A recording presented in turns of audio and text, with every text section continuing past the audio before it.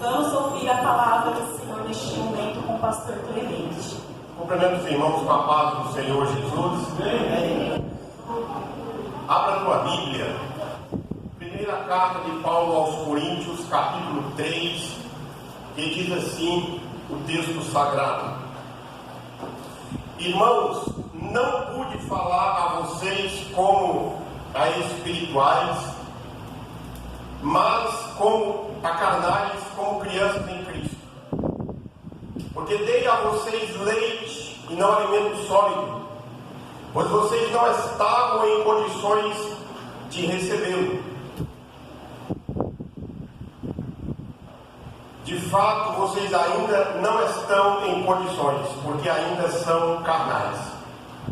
Porque, visto que há inveja, divisões entre vocês, e eu não estou sendo carnais e agindo como mundanos, pois quando alguém diz, eu sou de Paulo, e outro, eu de Apolo, não estão sendo mundanos. Afinal de contas, quem é Paulo, quem é Apolo? Apenas servos por meio dos quais vocês vieram a crer, conforme o ministério que o Senhor atribuiu a cada um. Porque eu plantei, Apolo regou, mas Deus é que fez crescer, de modo que nem o que planta, nem o que rega são alguma coisa, mas unicamente Deus, que efetua o crescimento.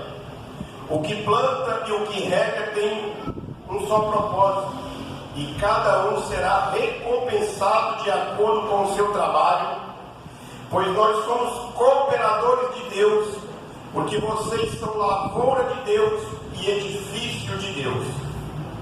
Porque conforme a graça de Deus que me foi concedida, eu, como sábio construtor, lancei o alicerce, e outro está construído sobre ele. Contudo, veja, cada um como constrói, porque ninguém pode colocar outro alicerce além do que já está posto, que é Jesus Cristo. Se alguém constrói sobre o alicerce usando ouro, prata, pedras preciosas, madeira, feno ou palha, sua obra será mostrada, porque o dia do juízo trará a luz, pois será revelada pelo fogo, que provará a qualidade da obra de cada um. Se o que alguém construiu permanecer, esse receberá recompensa. Se o que alguém construiu se queimar, esse sofrerá prejuízo. Contudo, será salvo como alguém que escapa através do fogo. Vocês não sabem que são o santuário de Deus e que o Espírito Santo de Deus habita em vocês? Se alguém destruir o santuário de Deus, Deus o destruirá, pois o santuário de Deus, que são vocês, é sagrado. Não se engane. Se algum de vocês pensa que é sábio segundo os padrões desta era, devem tornar-se louco para os que se tornem sábios, porque a sabedoria deste mundo é loucura aos olhos de Deus, pois está escrito: porque ele apanha os sábios na astúcia dele, e também o Senhor conhece os pensamentos dos sábios e sabe como são fúteis. Portanto, ninguém se glorie em homens, porque todas as coisas são de vocês, seja Paulo, seja Apolo, seja Pedro, seja o mundo, a vida, a morte, o presente ou o futuro, tudo é de vocês, e vocês são de Cristo e Jesus Cristo de Deus. Amado Deus, glorioso Pai, nós te louvamos e bendizemos e te adoramos, ó Senhor. Estamos aqui, ó Deus, nesta manhã, diante da tua santa palavra, a tua palavra que é santa, pura e perfeita, Senhor. E eu peço, meu Deus, que o Senhor venha falar com cada um de nós. Estenda a tua mão de poder sobre a vida da tua igreja, e que o teu Espírito Santo nos ilumine e nos dê compreensão da tua palavra nesta manhã, Senhor. Por isso oramos em nome de Jesus e te agradecemos. Amém e graças a Deus. Podemos nos assentar, irmãos. Irmãos, nós vamos compartilhar a palavra de Deus nesta manhã. nós fizemos uma leitura onde Paulo ele traz à tona alguns acontecimentos na igreja, referido no texto bíblico à igreja de Corinto, em que ele encontrou algumas pessoas, alguns crentes, ainda no início da sua fé, no início da sua caminhada de fé, e onde ele vai dizer para nós que ele não pôde falar com estes irmãos espiritualmente, porque eles ainda eram crianças imaturos na fé. Mas olhando para esse texto e observando o que ele estava querendo dizer, Paulo não estava dividindo a mensagem do Evangelho por categorias de pessoas, mas ele estava dizendo que a mensagem que era e que precisava ser ensinada para crianças também deveria ser a mensagem pregada para adultos. Se ele fosse tratar sobre a volta de Jesus, ele tinha que ensinar para as crianças sobre a volta de Jesus, na linguagem que as crianças pudessem compreender. Mas se ele fosse falar para adultos, a mensagem também tinha que ser sobre a volta de Jesus, na linguagem para que o adulto pudesse compreender sobre a volta de Jesus. E ele vai dizer que para uns ele dava alimento sólido, para outros alimento líquido, porque não tinha condições de receber. Nós, irmãos, vivemos em uma sociedade em que a mensagem do Evangelho para uns parece ser pesada e para outros não. Mas quando nós temos este pensamento de que a mensagem é pesada para este ou para aquele, nós estamos sendo como crianças. Nós estamos querendo selecionar aquilo que nós queremos ouvir. Mas a mensagem do apóstolo Paulo nesta oportunidade, neste texto, ele faz pergunta. A mensagem do apóstolo Paulo, ele vai usar para nós 3 metáforas que nós vamos tratar neste texto. Ele vai falar de família, ele vai falar de campo e ele vai falar do tempo. Tempo, não do tempo, do tempo. A pergunta para nós nessa oportunidade é por que é que Paulo vai mostrar nas entrelinhas deste texto estas 3 metáforas? Porque ele pergunta, ele responde os questionamentos fazendo pergunta: quem é Paulo, quem é Apolo, quem é Pedro, o que Apolo fez, o que Paulo fez. Mas a família, na palavra do apóstolo Paulo, é onde nós alcançamos o alvo da maturidade. Nós, irmãos, enquanto família, nós devemos crescer a cada dia em maturidade. Aí quando Paulo fala de campo, ele fala de quantidade, ele fala da colheita, ele fala daquilo que é semeado, mas ele fala do templo, morada do Espírito Santo. Aí quando ele fala do templo, morada do Espírito Santo, ele vai falar com propósito de qualidade. E nesta qualidade nós vamos ver na sequência da mensagem quais são essas qualidades. De que forma esse templo deve ser construído, o material que deve ser usado. Mas, em primeiro lugar, quando ele fala de família, ele está falando, irmãos, da família de Deus. Ele começa ensinando para nós que não existe 2 categorias de crente. Aí você pergunta assim, mas por que falar de família? falando de família, e ao mesmo tempo ele fala que não existe duas categorias de crentes. Paulo está dizendo para nós, irmãos, chamando a nossa atenção, que não existe duas categorias. Mas o que ele está dizendo é que os crentes da cidade de Corinto estavam vivendo uma vida como carnais. O que eles viviam lá fora da igreja, o que a sociedade de Corinto vivia, o que a cidade de Corinto vivia, os que não eram cristãos, estavam influenciando a igreja. Paulo chama a atenção dos crentes para a imaturidade. E se esta imaturidade, quais seriam o que levaria a esta imaturidade? Falta de apetite pelas coisas espirituais.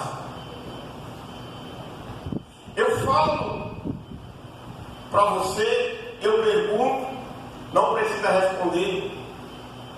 Quantas passagens bíblicas você leu essa semana? Quanto tempo você passou em oração essa semana? Irmãos, uma pergunta rápida aqui para vocês. Quem é bom de matemática aí? Quantas horas tem uma semana? 24 vezes 7. Cadê os professores? É geografia, não é matemática. Né, presidente? Faz a conta aí, 24 vezes 7. Quantos? 168 horas. Há uma pesquisa recente que o brasileiro ele passa, em média, 94 horas por semana conectado à internet. Mas não é essa pesquisa, não é você mexendo no Instagram, mexendo no WhatsApp, mexendo no Facebook. É conectado com o mundo virtual. Em média, 94 horas conectados com o mundo virtual. E há uma pesquisa também, irmãos, de que o crente diz assim: eu não vou usar a Bíblia em papel, mas eu vou usar a Bíblia no celular. A maioria dos pesquisados dizem que não consegue colocar o celular no modo avião para ler a Bíblia pelo celular. 50% dizem que quando se percebe, ao invés de estar lendo a Bíblia, está lá vendo a fofoca no Instagram. O crente do século 21, irmãos, está perdendo o apetite pelas coisas espirituais, e aí ele começa a viver uma imaturidade espiritual e deixa ser levado por qualquer vento de doutrina e não olha para a palavra de Deus. Se eu, irmão, e você não tivermos cuidado, nós vamos ser tratados como Paulo disse: ó, eu não pude dar alimento sólido porque vocês são crianças, vocês ainda são carnais. Porque há entre vocês invejas, há entre vocês divisões, e não estão sendo carnais, vocês estão agindo como mundanos. A razão da imaturidade espiritual que Paulo estava dizendo era revelada pela dieta espiritual. Há um grande pregador de alguns séculos passados, ele disse que se cortasse uma das suas veias, não sairia sangue, mas sairia versículos da palavra de Deus. Paulo falava que estava dando leite para eles, porque eles não poderiam receber alimentos sólidos. A criança, irmão, você tem que dar leite, você não pode dar pirão de mocotó para a criança, não.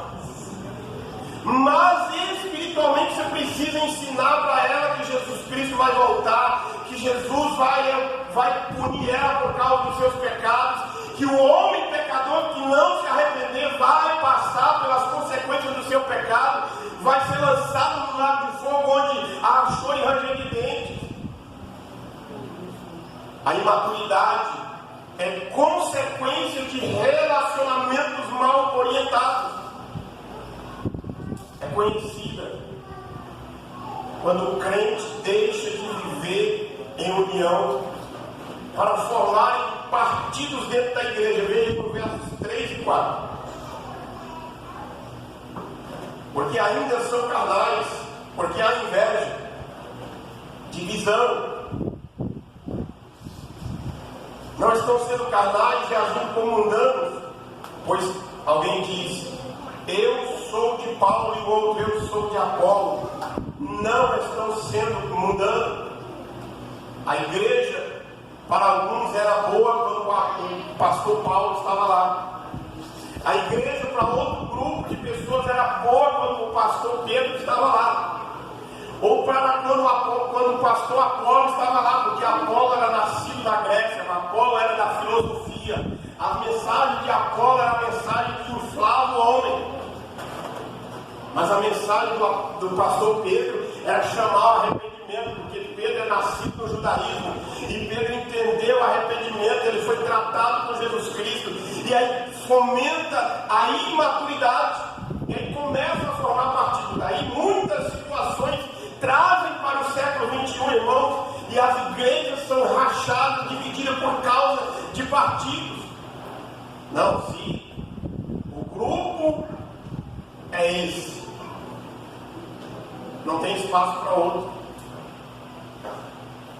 A família de sobrenome tal, lá naquela igreja, se o pastor não entrar na dele, não fica um ano lá.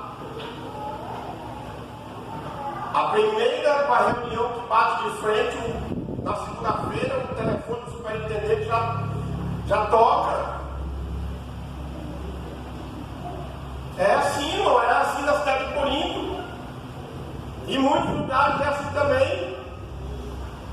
Um crente maduro, em vez de construir pontes de comunhão, cava abismo nos relacionamentos. Paulo está dizendo para nós que se eu for imaturo na fé, eu vou construir divisão, ao invés de construir ponte, eu vou criar um abismo.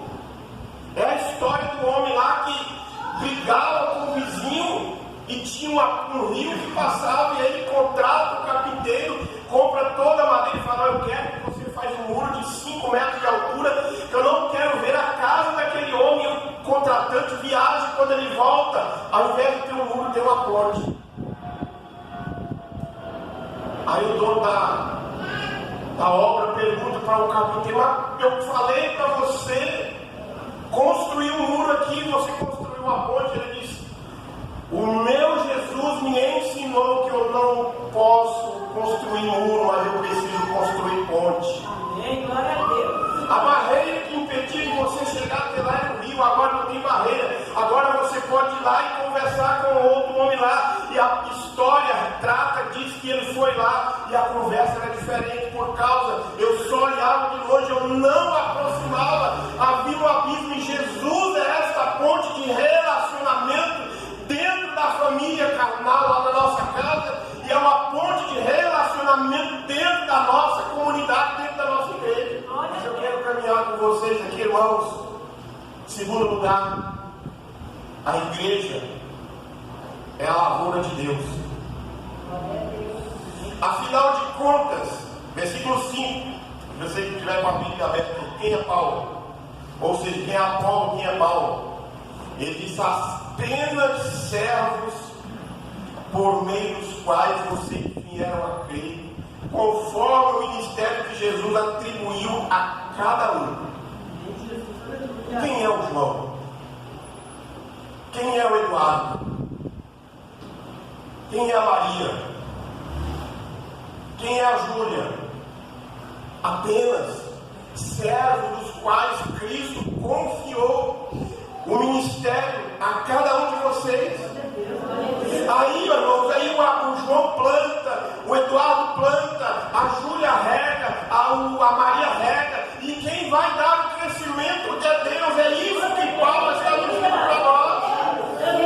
A igreja é um campo, e o seu alvo é a lavoura do Senhor, mostrar que este campo, quem semeia é o homem, mas é Deus que vai dar o crescimento. Glória a Deus, aleluia. Porque Cristo, lá no Evangelho de Mateus, comparou o ser humano como um terreno, como um campo, a palavra a ser semeada. A igreja é um campo que deve produzir frutos para Deus. Disse Jesus que cada um de nós é um ramo da videira. E o propósito deste ramo é frutificar. A lavoura do Senhor, irmãos, precisa ser tratada. Você tem uma planta lá na tua casa. Você tem um animal lá na tua casa. Se você não dá comida para o teu animal, o que vai acontecer? Oi? Ele morre. Se você tem uma planta lá na tua casa e você não coloca água nela, ela vai morrer. Isso aí, Jeremias. Você precisa cuidar. Aí você compra um pacote de terra e leva para a tua casa e coloca lá dentro de um vaso lá. E aí não coloca nenhuma semente lá. Vai nascer semente? Não vai. Assim é isso que Jesus está dizendo. Ó, cada um na face da terra é um campo que a mensagem precisa ser semeada. A mensagem precisa ser, a semente precisa ser lançada. E essa semente vai crescer. Aí lá no capítulo 15, versículo 1 em diante do Evangelho de João, ele usa a metáfora da videira. Vocês são os ramos, eu sou a videira verdadeira. Glória a Deus, aleluia. Você tem um animal lá na tua casa, você tem uma planta lá na tua casa, é para quando você olhar para ela, você se alegrar com aquilo que o animal faz, mesmo que faz sujeira, você tem que limpar depois, mas você se alegra. Jesus está dizendo, ó, o ramo que é você, o ramo que sou eu, que estou preso na videira, ele diz que eu preciso produzir fruto. Se você, irmão, não produzir fruto, Jesus disse que vai ser cortado. Dói? Cortar? Hã? Ou não? Eu ia falar um negócio, mas não vou falar. Não vai, tem criança aí, vai ouvir. Dói? Jesus está dizendo assim, não produzir fruto, eu vou cortar e vou lançar fora. Mas olhando para essa metáfora que Paulo faz lá, do campo com a igreja, a comparação do campo com a igreja, qual lição nós tiramos? Paulo, ele vai ensinar para nós que nós, e como igreja, esse campo que nós estamos caminhando, a semente que nós temos, ele está dizendo para nós que nós precisamos nos esvaziar do culto à personalidade. Vou fazer uma pergunta aqui, quero que vocês sejam bem sinceros comigo. Ainda bem que a imagem está gravando só para cá. Fica falando. Quem sabia que eu ia pregar hoje? Pode falar, irmão, pode levantar a mão e quer ver. Quem sabe, se levantar a mão, sabe que os outros, então eu entendo que não sabia. Eu não sabia. Também não vou condenar se você não sabia, tá? Mas os que sabiam vieram porque queriam me ouvir ou vieram para adorar a Deus? Eu gosto de você agora, não. Por que, irmão, que eu estou falando isso? Por que Paulo está dizendo que nós precisamos nos esvaziar do culto à personalidade? Porque a igreja de Corinto estava colocando os crentes lá, os três, como uma personalidade importante. Não, o importante não é o homem, mas é a mensagem que vai ser pregada. Glória a Deus, aleluia. Nós temos que vir para a igreja para ouvir quem quer que seja, porque a mensagem vai ser pregada, e se a mensagem vier dos céus, vai trazer ensinamento. Muitos falam, podem dizer, eu gosto de ir na igreja e o pastor prega porque ele prega diferente de todo mundo. Mas o pastor, Tem que pregar diferente mesmo. O pastor tem que esmerar para transmitir a mensagem para todo mundo melhor que os outros, porque ele é o pastor da igreja. Mas você tem que vir para a igreja para ouvir Deus falar com você. Quando os crentes estavam andando segundo os homens, eu vou para a igreja hoje, Apolo vai pregar e vou lá. E aí está lá, glorificando o Apolo. Eu vou na igreja hoje porque é o Pedro. É Pedro, o pastor Pedro, a mensagem dele é de balançar a casa. Não, a mensagem que Paulo está dizendo, vocês precisam dar ênfase à mensagem e não ao mensageiro. Eles foram usados por Deus para levar a mensagem até Corinto.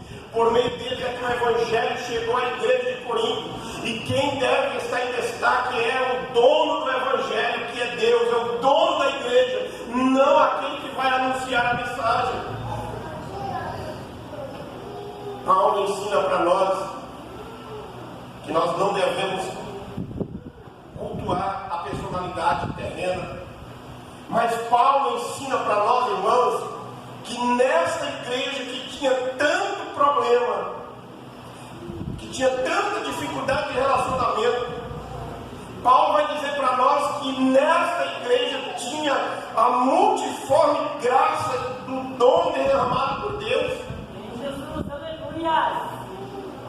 A igreja tinha problemas, mas a igreja tinha os dons. Ele chama a atenção de uns. Eu não sei pregar, mas você sabe orar. Eu não sei cantar. Abra tua boca, dubla. Eu não vou cantar não, porque a Priscila canta melhor que eu. Eu não vou cantar não, porque os irmãos não vou tocar não vou fazer nada na igreja não, porque os irmãos vão falar mal de mim. Fala que eu não sei cantar. Eu não vou pregar não, porque eu não sei pregar usando esboço, eu só sei ler um texto ali e falar algumas palavras. Eu não vou ler uma leitura bíblica na escola bíblica não, porque eu tenho dificuldade de ler, eu tropeço nas palavras. Eu não vou falar não, porque eu falo algumas palavras erradas. Nós foi, nós vem. Tem crente na igreja do século XXI hoje com este pensamento: não vou fazer dando essas desculpas, e Deus está dizendo: você foi chamado para preparar o terreno, você foi chamado para semear a palavra. Não olhe para a importância daquele que está falando, mas olhe para a mensagem do Evangelho. A ênfase, a resposta, a glorificação não vai cair sobre o obreiro, mas a glorificação é de Deus, porque é Deus que vai dar o crescimento.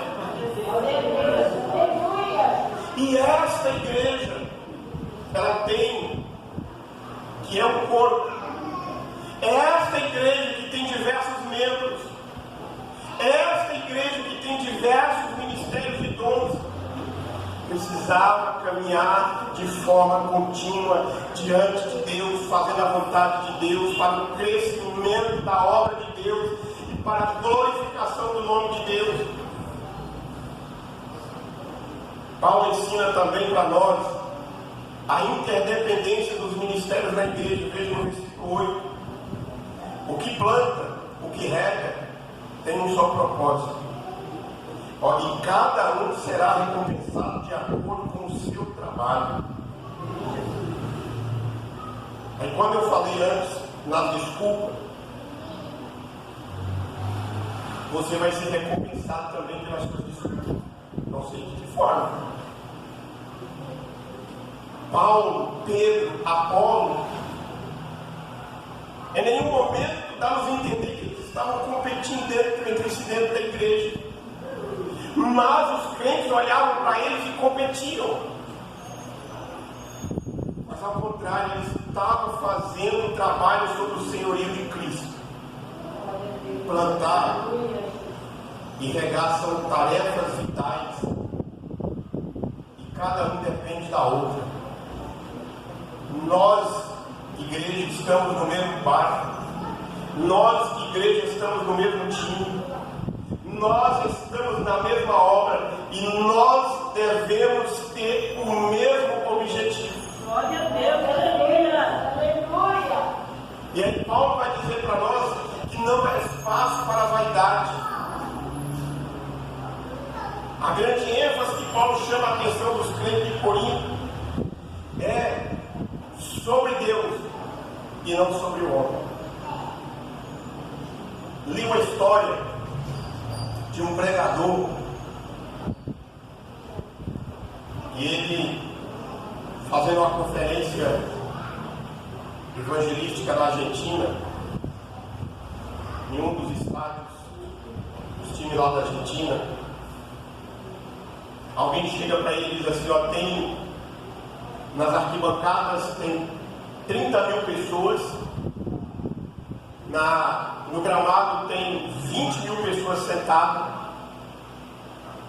e nas ruas em volta tem aproximadamente 40 mil pessoas que querem acessar o estádio. Aí ele fala assim: na realidade Deus precisa de mim. Ele colocou a ênfase nele. Deus precisa de mim. Deus não precisa de mim. Eu preciso de Deus. Nós que precisamos de Deus.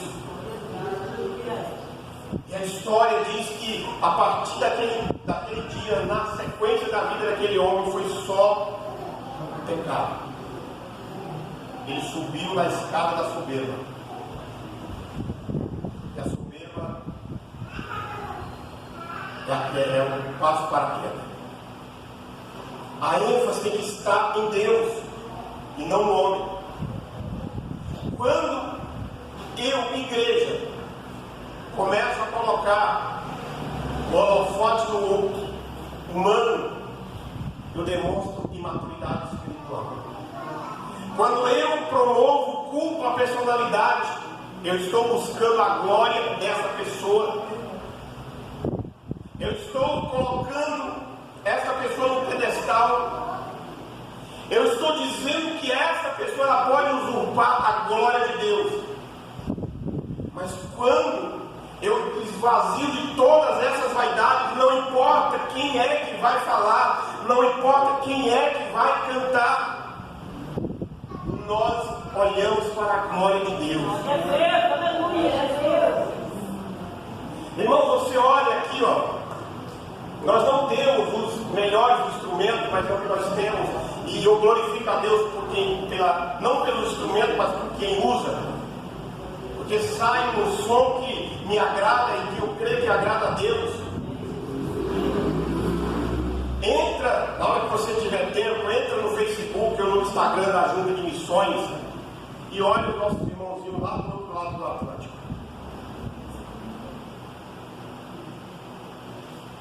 Se algum lugar tiver uma bateria como essa, a bênção de Deus chegou lá. Mas é bem possível que você já tenha visto os meninos, os irmãos da igreja cantando, adorando a Deus, batendo numa lata, num balde, num pedaço de ferro, como se fosse um triângulo, nem igual aqueles que é das duplas, dos grupos de forró lá do Nordeste, que faz aquele som desenhado. Não. É um pedaço de ferro batendo no outro, fazendo som. Estão lá adorando a Deus. Aí, irmão, eu vou falar uma coisa para você, talvez você vai se escandalizar. Tem a ceia hoje. Não, eu vou falar para o pastor que eu vou só participar da ceia. Eu não vou lavar o pé do meu irmão não, porque não vou deixar ninguém lavar meus pés não, porque eu estou com meu dedo machucado. Aí eu fiz as irmãs. Aí eu fiz minhas unhas hoje, não pintei as unhas dos meus pés para participar da ceia. Aí as irmãs lá do outro lado lá, andam quilômetros e quilômetros no meio do pó e vai participar da ceia.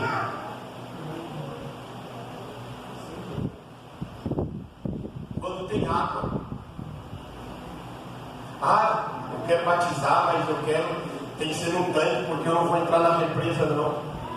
Porque lá no rio, lá, a água do rio lá, no rio Tietê, lá no interior de São Paulo, está meio poluída, não. Tem que ser na água da Sabesp.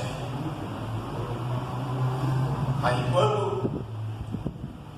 Isso eu estou falando porque eu já vi foto e vídeo, tá, irmão? E aí o pastor lá do outro lado do Moçambique lá, marca o batismo lá para 10 pessoas lá, aí Deus manda uma chuva, aí eles construiu lá no vale lá, bota umas madeiras lá, faz lá com plástico lá, fecha ali, a água da enxurrada vem, para ali, ele espera ali, não seca logo, ela decanta um pouco, leva os irmãos lá e faz o batismo naquela água lá. Aí eu fico aqui do outro lado de cá olhando para a personalidade humana, eu tiro a glória de Deus. É isso que Paulo está dizendo, ó, vocês estão tirando a glória de Deus e levando para os homens. Mas, em terceiro lugar, irmãos, caminhando aqui, a igreja é santuário da habitação de Deus. Observando o texto, Paulo passa da metáfora da agricultura e da família para a arquitetura. A igreja é um templo e o seu alvo é qualidade. Mas a igreja e o templo e o alvo é a qualidade, não é a parede, não é a estrutura. Não, eu vou congregar na igreja tal porque tem uma estrutura de som maravilhosa. Os bancos, as cadeiras, tudo almofadado. Aí vou congregar na igreja tal porque lá tem estacionamento. Olha só para a matéria. Mas Paulo não está dizendo aqui da matéria, ele está dizendo de nós, do meu corpo. A igreja é o templo de Deus. Cada pessoa salva em Cristo é templo e a habitação de Deus. A igreja local é a reunião dos salvos alguns dias da semana, mas eu sou o templo do Espírito Santo. Irmão, se eu ficar doente, eu não consigo pregar como eu estou pregando agora. Graças a Deus não estou doente. Se você fica doente, você não consegue orar, você não consegue cantar lá na tua casa, você não consegue ler a Bíblia como no momento pleno de sua saúde. É por isso que Paulo está dizendo, ó, cuida do templo que é o Espírito Santo, cuida do teu corpo. Porque um dia ele vai vir e vai julgar o nosso trabalho. Mas aí ele trata com a gente, irmãos, falando sobre a construção desse templo. Como que você cuida do seu corpo? Espiritualmente falando. Verso 13 ele diz, sua obra será mostrada. Se alguém constrói sobre o outro alicerce, usando ouro, prata, pedras preciosas, madeira, feno,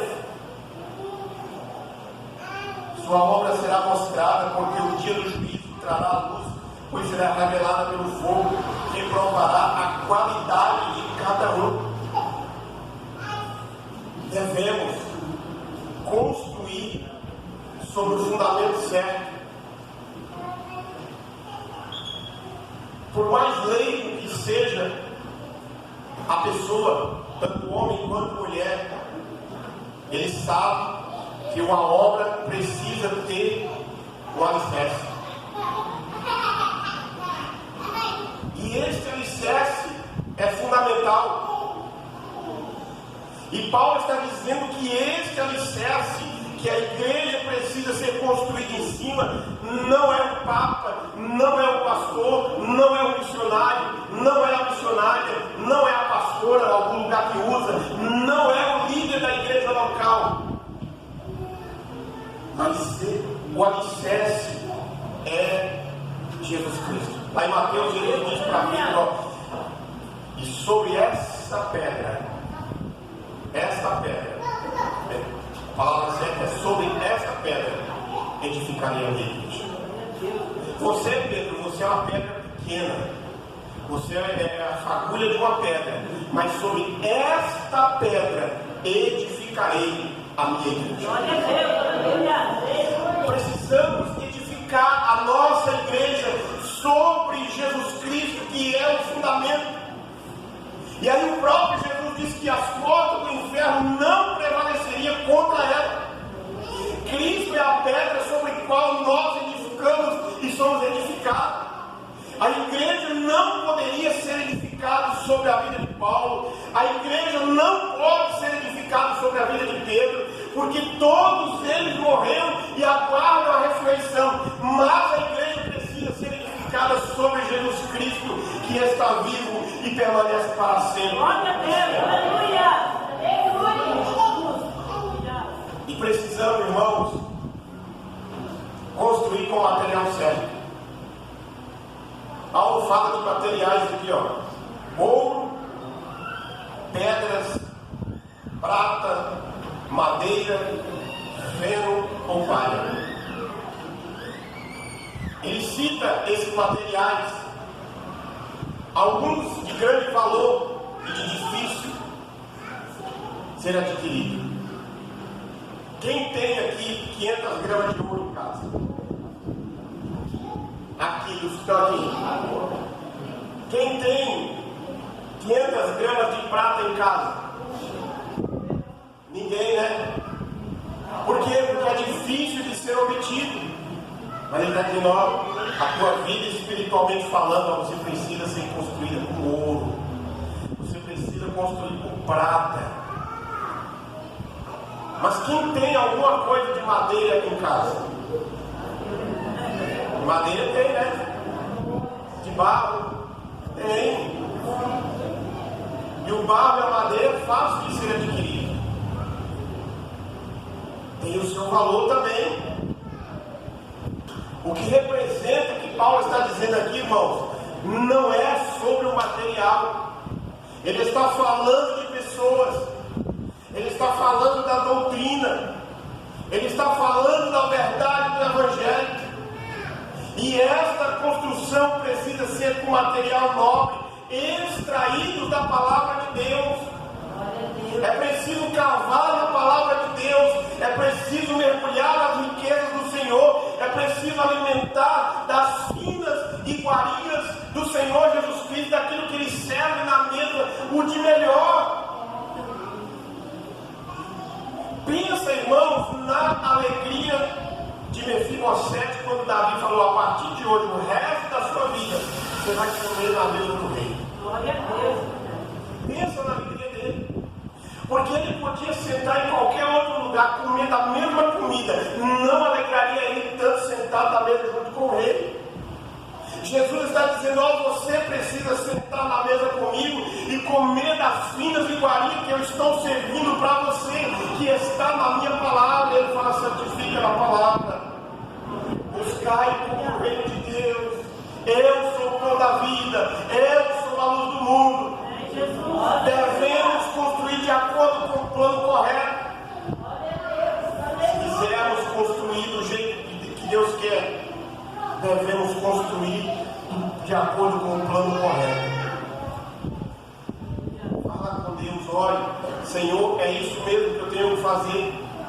É dessa forma que eu tenho que fazer. Porque, irmãos, nós tomamos decisões erradas.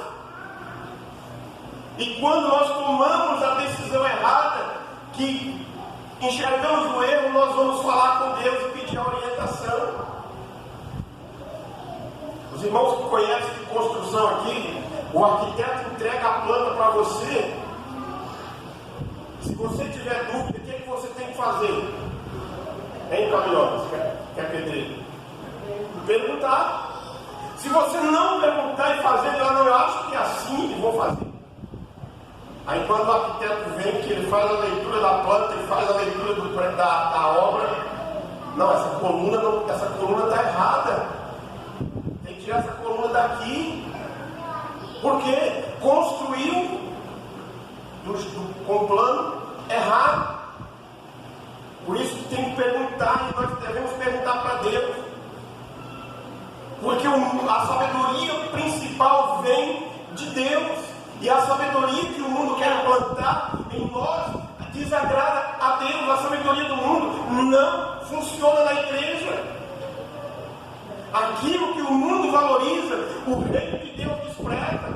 O reino de Deus está com seus valores diferentes com o reino desta terra. O mundo depende de dinheiro. O mundo depende de promoção, de prestígio, de pessoas influentes. Mas a igreja, que é eu, que é você, irmã, que é você, irmão, depende da oração e do poder do Espírito Santo. Por isso, o maior do reino de Deus é aquele que serve. É aquele que é colocado para servir e não na escada da bajulação. Se nós estamos querendo construir a casa de Deus, devemos construir e usar o plano de material correto. Mas devemos ter motivação certa. Terminando. Se quisermos construir do jeito que Deus quer, devemos construir com a motivação certa. E qual é a motivação da igreja? Identificar o santuário de Deus. É para a glória de Deus. O pastor pediu para mim pegar uma cadeira lá no fundo, o irmão está em pé. Vou pegar para a glória de Deus. O pastor pediu para eu dirigir o culto, eu vou dirigir para a glória de Deus. Pediu para fazer uma oração por fulano, ir lá visitar fulano, vou fazer para a glória de Deus. Nós não podemos, irmãos, ter um pensamento, eu vou fazer porque o pastor vai, depois vai falar lá na frente, o irmão foi lá e fez a visita. Não, precisa. A motivação certa, a motivação correta, extingue o espírito de partidarismo que estuda na igreja. Por isso, irmãos, caminhando para a nossa conclusão, quando dizemos que a igreja é a herdeira de todas as coisas em Cristo, nós somos possuidores de todas as coisas em Cristo. E quando nós somos possuidores de todas as coisas em Cristo, nós não vivemos em disputa.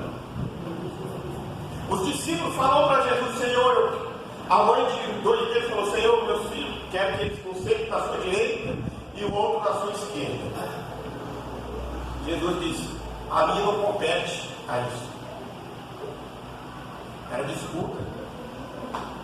Na ceia nós falamos, Pedro estava sentado lá no último lugar lá. Ele achava: não, Jesus vai me chamar para cá. Jesus vai te chamar, irmão, naquele dia, com um novo nome. Não, Ele não vai te chamar porque Ele te bajulou, porque você bajulou Ele, não. Ele vai te chamar porque Ele vai olhar em você e ver arrependimento. Você confessou os seus pecados, você viveu a vida reta e vai dizer: vinde bendito de meu Pai. Ele não vai te chamar, vem aqui porque você trouxe um copo de água para mim. Não podemos ser disputa. A igreja não é nossa. Nós é que somos da igreja. Porque nós passamos e a igreja permanece. A igreja é o herdeiro do reino de Deus.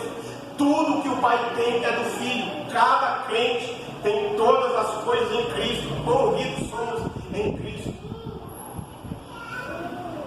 É por isso que Jesus, lá no Evangelho de Lucas, falou para o filho mais velho: meu filho, na parábola do filho, querido Deus, nós te louvamos e te adoramos. Louvo a ti, ó Pai, pela vida dos teus filhos, pela vida da igreja, e peço, meu Deus, a tua bênção em nome de Jesus Cristo. Assim, meu Deus, como o Senhor nos trouxe em paz, leva-nos em paz para a glória do teu nome. E eu oro dizendo que a graça de nosso Senhor e Salvador Jesus Cristo, o grande e infinito amor de Deus, nosso Pai, a comunhão e as consolações do Espírito Santo esteja sobre cada um de nós, hoje e permaneça para todos sempre.